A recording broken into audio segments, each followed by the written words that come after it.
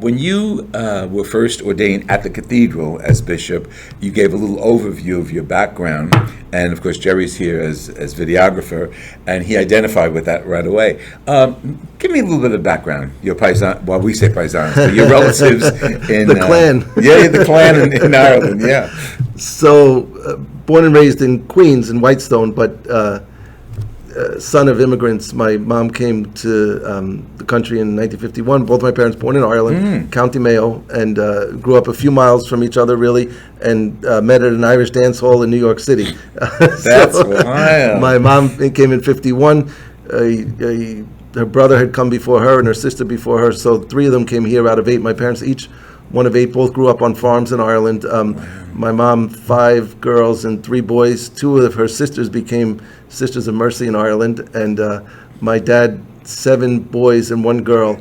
And the 1 girl became a religious sister, wondering if it was to get out of the house with the 7 brothers, but sister attractive, she's wonderful.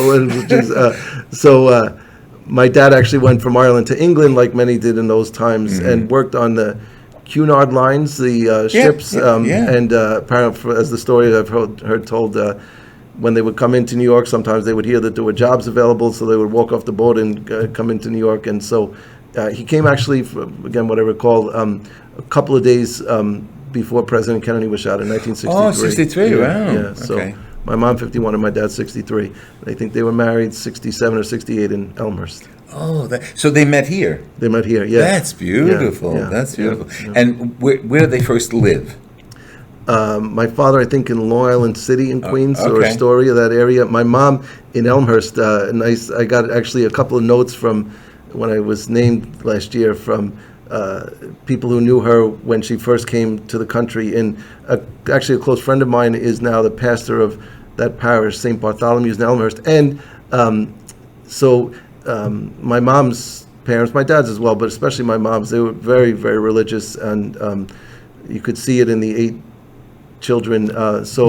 And as I've shared with others, learning the immigrant experience, not only from Ireland, but so many different countries, I like to say it because it's true, they don't come with empty hands. They might not have much money in their pockets, but they have what they received. I mean, I've seen in a large Mexican community, what they learned from their parents growing up with nothing materially, but with so much in terms of family and faith and